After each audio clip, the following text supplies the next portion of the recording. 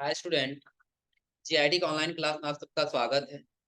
और आज की क्लास हम लोग जानेंगे अकाउंटिंग में अकाउंटिंग कॉन्सेप्ट के बारे में। सबसे पहले हम ये बताएं, पिछली क्लास में आपको अकाउंटिंग टर्म में बताया था कि जब भी हम लोग अपने अकाउंटिंग में जाएंगे ना, तो जिस जिस कंपोनेंट से आवश्यकता पड़े उसके बारे में हमने आपको बताया। और आज की क्लास हम लोग जानेंगे उसका कॉन्सेप्ट क्या होगा अकाउंटिंग का।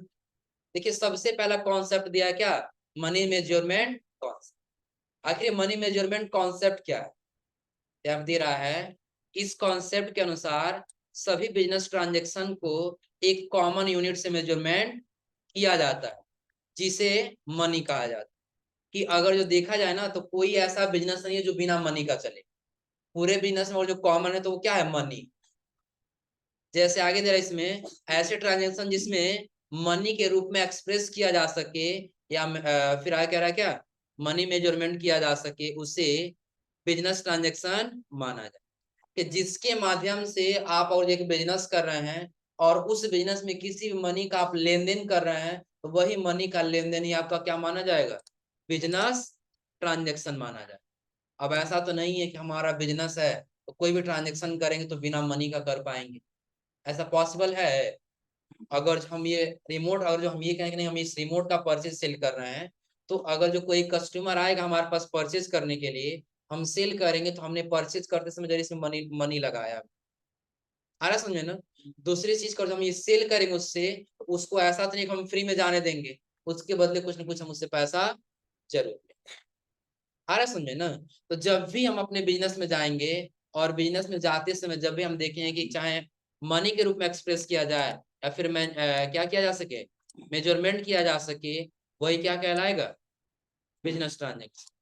आगे कह रहा है, और बुक्स ऑफ अकाउंट्स में रिकॉर्ड किया जाए। जितने भी ट्रांजेक्शन आपके मिलेंगे, वो सारा का सारा किस में रिकॉर्ड किए जाएंगे? Books of accounts. जैसे दे रहा है, कोई सेल्समैन किसी पार्टिकुलर दिन में कितने अमाउंट का गुड्स सेल करता है, केवल इस अमाउंट को ही books books of amount accounts में रिकॉर्ड किया जा सकता है। अब हम ये कह रहे हैं कि हमारा एक बिजनेस है, और उस बिजनेस हमने एक सेल्समैन को रखा। किसको रखे हैं? सेल्समैन। अब सेल्समैन शाम को वो जो रिपोर्ट दिखाएगा, तो वही दिखाएगा ना कि आज दिन भर में टोटल कितने रुपए का सेल किया है, कितना क्वांटिटी सेल किया है। सेल्समैन तो ये नहीं दिखाएगा हमने खर्चा कितना किया है, क्योंकि खर्चा करने का सारा जिम्मेदारी मैनेजर को होता है, सेल्समैन को कोई जिम्मेदारी नहीं हो। तो जब भी सेल्समैन लेके आएगा, तो जब हमको एक रिपोर्ट दिखाएगा, जो रिकॉर्ड दिखाएगा, वही हमारा क्या कहलाएगा? बिजनेस ट्रांजेक्शन, या फिर हम ये कह सकते हैं मनी मेजरमेंट।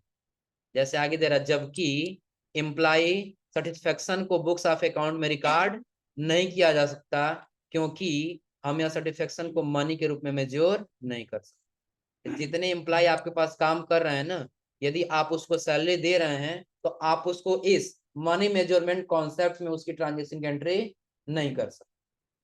सिर्फ किसकी ट्रांजेक्शन करेंगे? तो जो भी आपका सेल्समैन गुड्स सेल किया, जितना अमाउंट है, सिर्फ उसी की एंट्री करेंगे। बाकी आप अपने एम्प्लॉय को कितना सैलरी दिया, एम्प्लॉय के माध्यम से कितना एक्सपेंस किया, उसका रिकॉर्ड आप इसमें नहीं कर सकते। वो कौन सा कॉन्सेप्ट कहलाएगा? Money measurement. सिंपल हम ये कह सकते हैं कि ऐसा बिजनेस जो क्या करे, कि सेल्समैन जितना ट्रांजेक्शन करे वही रिपोर्ट सिर्फ दिखाई दे, बाकी और कोई रिपोर्ट उसमें तैयार न किया जाए, वो कौन सा कहलाएगा? मनी मेजरमेंट का। आगे जरा सेपरेट एंटिटी कॉन्सेप्ट। आप लोग एंटिटी पढ़े होंगे, पढ़े सब लोग ना? क्या है एंटिटी? बिजनेस का एक अस्तित्व। देखा जाए ना, तो बिजनेस में दो अस्तित्व होते हैं। कौन कौन?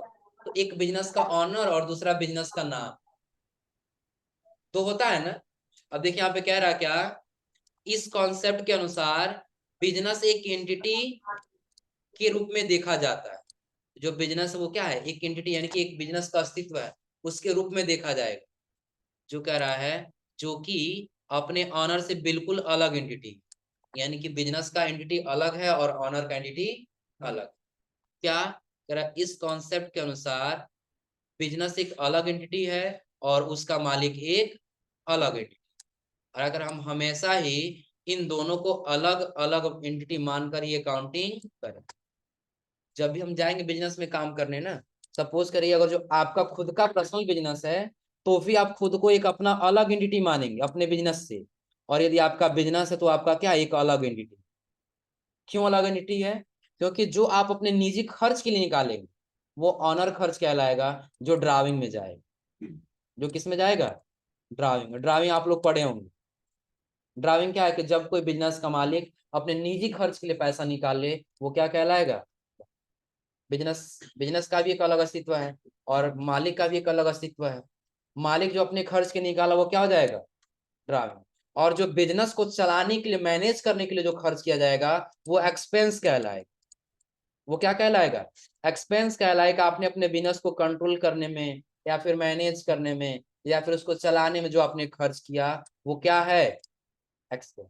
तो अगर हम ये दोनों को अलग अलग एंटिटी नहीं मानेंगे तो हो सकता है कि जो ऑनर अपनी पर्सनल यूज के लिए निकालेगा वो भी हम क्या करें, एक्सपेंस में भेज दें। या फिर बिजनेस को चलाने में जो हम एक्सपेंस किए वो भी हम किस में भेज सकते हैं? ड्रामे में भेज सकते हैं। तो अगर जो दोनों हम अलग अलग एंटिटी मानेंगे तो जो ऑनर होगा उसका अलग रहेगा और जो हमारा बिजनेस रहेगा वो अलग। एंटिटी का मतलब अस्तित्व होता है बिजनेस का, जिसके माध्यम से बिजनेस को चलाया जाता है। हम ये कह सकते हैं बिजनेस का नाम ही क्या है, उसका एक अस्तित्व है। कि अगर जो बिजनेस का एक कोई नाम नहीं है तो उसका कोई अस्तित्व है किसकी वजह से चल रहा है वो। जैसे आप लोग देखे होंगे, अगर जो कोई भी आप सामान खरीदते हैं जगह से बढ़िया मिलता है ना, और दूसरे कोई आपसे पूछे कहाँ हमको ये सामान खरीदना है, कहाँ खरीदें, तो सीधा उस बिजनेस का नाम ही बताएगा या फिर उस व्यक्ति का नाम बताएगा, आप उनके यहाँ चले जाइए, गुड्स आपको मिल जाए। आ रहा समझे ना? जिसके नाम से बिजनेस की पहचान किया जा सके उसे हम क्या कहेंगे? एंटिटी। और बिजनेस में ये दोनों को हम अलग अलग एंटिटी ही मानेंगे, चाहे छोटा बिजनेस और चाहे बड़ा बिजनेस। हम्म। वो आगे ट्रांजेक्शन पढ़ेंगे, फिलहाल ये समझिए क्यों अलग अलग मानेंगे। हमने आपको बताया कि अगर जो आप अलग अलग नहीं मानते, सपोज करिए आप सिर्फ ये मानते हैं कि नहीं हमारे बिजनेस में जो खर्च वो भी ड्राइविंग है, ड्राइविंग की एंटिटी में आएगा, तो जो बिजनेस में एक्सपेंस हुआ, ड्राइविंग अपने पर्सनल, जो बिजनेस का मालिक है ना वो अपने पर्सनल यूज के लिए नहीं निकाला, सिर्फ बिजनेस में एक्सपेंस हुआ और आप दिखा दीजिए ड्राइविंग में, तो ड्राइविंग क्या हो जाएगा? बिजनेस अपने जो बिजनेस का मालिक है वो अपने पर्सनल यूज के लिए निकाला, तो भी ट्रांजेक्शन गलत होगा ना। और यदि हम ये कहें कि नहीं, जो भी होगा सिर्फ एक्सपेंस में जाएगा, तो बिजनेस का मालिक अपने पर्सनल यूज के लिए सारा पैसा निकाला, बिजनेस को कंट्रोल करने में कोई एक्सपेंस नहीं हुआ, तो भी सारा किस में दिखाई देगा? एक्सपेंस में। ये दिखाई देगा अकाउंटिंग बिजनेस का मालिक मालिक ने एक भी रुपया खर्च नहीं। इसलिए हमको दोनों को क्या करना पड़ेगा? अलग अलग एंटिटी मानना पड़ेगा। क्लियर है ना? अब इसके पास आपको दिखाई देगा क्या? Going concern. जैसे आप लोग देखते होंगे ना, अगर जो कोई भी अगर जो बिजनेस वाला ये सोचे कि अगर जो हम आप आज क्या कर रहे हैं, कोई एक मशीनरी खरीद रहे हैं और वो कल वो खत्म हो जाएगा, तो क्या वो बिजनेस कर पाएगा? नहीं कर पाएगा ना। कोई भी मशीनरी कोई व्यक्ति कोई बिजनेस वाला खरीदता है तो क्या सोचता है कि ये हमारे बिजनेस में लंबे समय तक काम करे, तभी तो खरीदता है ना। जो लंबे समय तक के लिए बिजनेस चलेगा वो क्या कहलाएगा? Going concern. क्या कह रहा है? इस कॉन्सेप्ट के अनुसार हम यह मानकर ही अकाउंटिंग करेंगे कि हमारा बिजनेस एक लंबे समय तक चलता रहे। ऐसा नहीं कि हम आज बिजनेस स्टार्ट किए और कल क्या हो गया, बिजनेस बंद हो गया। हम ये मानेंगे भले से ही कल बंद होने वाला हो, लेकिन हम मानेंगे तो यही कि आज अगर हमारा बिजनेस चल रहा है तो ये लंबे समय तक चलता रहेगा, कभी भविष्य में बंद नहीं। आगे कह रहा तथा बिजनेस को निकट भविष्य में बंद करने की कोई संभावना नहीं। यानी कि हम ये समझे कि आने वाले भविष्य में हमारे बिजनेस को बंद करने की कोई संभावना नहीं, तभी हम अकाउंटिंग करें। और आगे कह रहा है इसे कंटिन्यू ऑफ एक्टिविटी कॉन्सेप्ट के नाम से भी जाना जाता है। कि जो आपका गोइंग कंसर्न कॉन्सेप्ट होगा ना, उसका दूसरा नाम भी है क्या? Continue of activity concept. कि ऐसा कॉन्सेप्ट जो आपका हमेशा हमेशा क्या हो, लगातार चलता रहे, कभी बंद न हो। जैसे आगे दे रहा है, जैसे कि यदि कोई कंपनी को किसी प्लांट या मशीनरी को बनाने में लगने वाली लागत को सेम ईयर को ध्यान में रखकर नहीं बनाया जाता, बल्कि एज्यूम करके बनाया जाता है कि इस प्लांट या मशीनरी का प्रयोग करके बिजनेस द्वारा लंबे समय तक किया जाए। कि जो भी बिजनेस होगा वो लंबे समय तक के लिए यूज किया जाएगा उस मशीनरी का। ऐसा नहीं कि हम आज बनाए और ये एज्यूम करें कि इसी साल में खत्म हो जाएगा, अगले साल हमको नया खरीदना, ऐसा नहीं। और जो कोई हम प्लांट या सपोज करिए कोई हम भूमि खरीदते हैं, तो ये हम सोचते हैं कि नहीं हम आज इस साल खरीदे अगले साल बेच देंगे। हम यही सोचते हैं ना कि हमारा बिजनेस लंबे समय तक के लिए चलेगा। तो जो हम एज्यूम कर लिए कि हमारे बिजनेस में लंबे समय तक के लिए काम करेगा, तो वो कौन सा कॉन्सेप्ट कहलाएगा? गोइंग कंसर्न कॉन्सेप्ट, या फिर हम उसको दूसरा नाम दे सकते हैं कंटिन्यू ऑफ एक्टिविटी। अगर हम ये कहें कि एक हमारा कंप्यूटर है जो खरीदना है, हम ये सोचें कंप्यूटर है आज खरीदेंगे कल हो सकता है खराब हो जाएगा, तो क्या हम उसको खरीद पाएंगे? हमारे बिजनेस में काम करेगा? हम ये सोचेंगे कि भले ही सही वो कल खत्म हो जाए, लेकिन हम ये मानेंगे कि आज ये हम खरीद रहे हैं, ये हमारे बिजनेस में लंबे समय तक के लिए काम करेगा, कभी बंद नहीं। हाँ। हम्म। हो सकता है, लेकिन उसका लिमिट तो है ना। लिमिट तो है कि हाँ इसी साल में खत्म नहीं होगा, 10 साल के बाद या 20 साल के बाद खत्म होगा। लेकिन हम एज्यूम एज्यूम तो यही करेंगे ना कि नहीं हमारे भविष्य, हमारा बिजनेस भविष्य में तक चलता रहेगा, सेम ईयर के लिए नहीं। जो सेम ईयर के लिए करेंगे हमारा गोइंग कंसर्न कॉन्सेप्ट नहीं कहलाएगा, क्योंकि वो किसी कॉन्सेप्ट में आएगा ही नहीं, क्योंकि आपने कॉन्सेप्ट पहले ही निर्धारित कर दिया कि पहले ही खत्म हो जाएगा, आगे चल के कोई काम नहीं। वही कौन सा कॉन्सेप्ट कहलाएगा? Going concern. और अगला आपका आता है क्या? Cost concept. अब आप ये बताइए, पहले ये समझ लीजिए कि अगर जो आप कोई गुड्स खरीदते हैं, सपोज करिए कि सब लोग लगभग फोन खरीदे होंगे ना, और सब लोग फोन खरीदे हैं 50,000 का या 10,000 या 20,000 का, और 2 साल के बाद पूछा जाए, सपोज करिए इस साल आपने 10,000 का खरीद लिया, 2 साल के बाद हम पूछें कि आप ये फोन कितने का खरीदे थे, आप ये कहेंगे नहीं हमने 2,000 का खरीदा था। आप क्या कहेंगे? 10,000 का ही खरीदे। तो जब हम अपने बिजनेस में आएंगे ना, और उसको उसकी ओरिजिनल एंट्री यानी उसकी ओरिजिनल अमाउंट मान के जब एंट्री पास करेंगे, तो वही हमारा क्या कहलाएगा? कॉस्ट कहलाएगा। कॉस्ट का मतलब क्या होता है? जो वस्तु आपने खरीदा है ना, उसकी प्राइस ही आपकी क्या कहलाती है? कॉस्ट कहलाती है। जैसे करा है इस हिस्टोरिकल कॉस्ट कॉन्सेप्ट भी कहा जाता है। इसको क्या कहा जाएगा? हिस्टोरिकल कॉस्ट कॉन्सेप्ट भी कहा जाता है। क्यों? इस कॉन्सेप्ट के अनुसार किसी भी एसेट्स को बुक्स ऑफ अकाउंट्स में उसकी ओरिजिनल कास्ट मानकर ही रिकॉर्ड किया जाता है। जैसे यदि हमने किसी फर्नीचर को 50,000 में खरीदा, कितने रुपए में खरीद लिए? 50। तो 2 साल बाद भी अपने बुक्स ऑफ अकाउंट में उसकी ओरिजिनल कास्ट 50,000 ही रिकॉर्ड करें। अब ऐसा तो नहीं है कि हम 50,000 का सामान खरीद लिए हैं, 2 साल बाद उसकी एंट्री पूछी जाएगी हमसे करने के लिए, हम कहेंगे 2 साल पहले खरीदे थे तो 50,000 में खरीदे थे, लेकिन हम ये इस समय ये मान लेते हमने 30,000 में खरीदा, ये बुक्स ऑफ ओरिजिनल एंट्री नहीं मानी। क्या? कि जितना में आप परचेज किए, 2 साल बाद भी और उसकी एंट्री करेंगे तो आपको उसकी ओरिजिनल कास्ट ही मानेंगे। 10,000 का खरीदे थे तो हम कितना में 10,000 में ही एंट्री करेंगे, 5,000 में एंट्री नहीं करेंगे।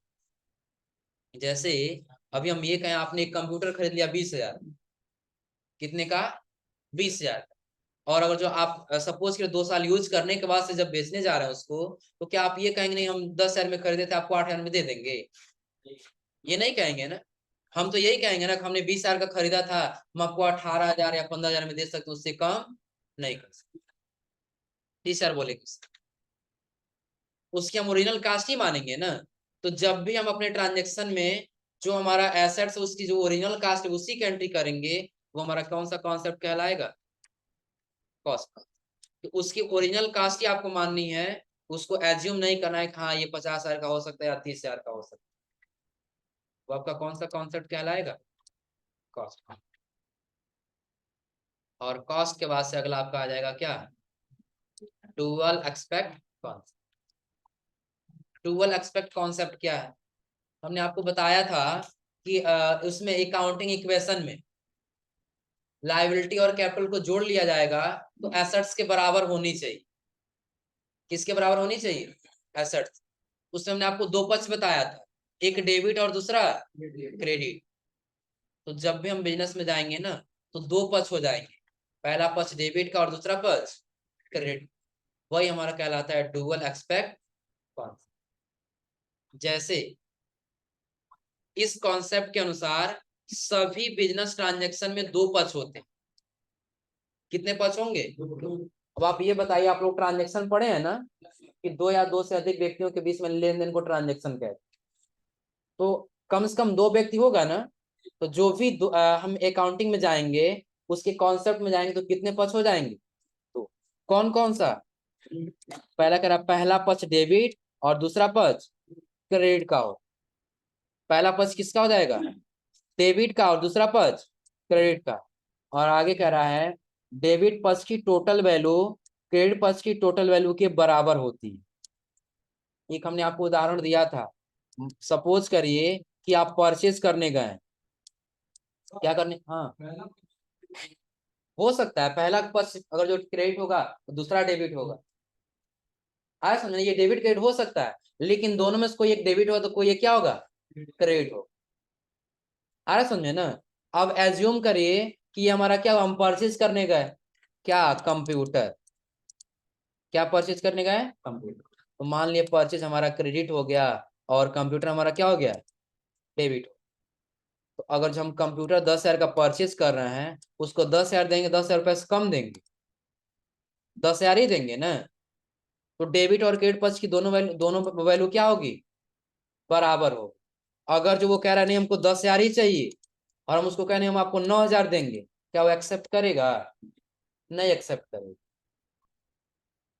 हाँ, ट्रांजेक्शन की बात कर रहे हैं ना। अगर हम ट्रांजेक्शन में एंट्री करने गए, हमने परचेज कर लिया कंप्यूटर 10,000 का, और जब कैश पैसा दे रहे हैं हम उसको 9,000 दे रहे हैं, वो कहेगा फिर 1,000 आप कहाँ से दे रहे हैं? 1,000 और एडजस्ट करवाइए। 1,000 कहाँ से देंगे? आ रहे समझे ना? तो दोनों पक्ष की वैल्यू क्या होनी चाहिए? बराबर। जैसे आगे कह रहा है when we purchase goods for cash, कि आपने क्या किया? परचेज किया गुड्स फॉर कैश।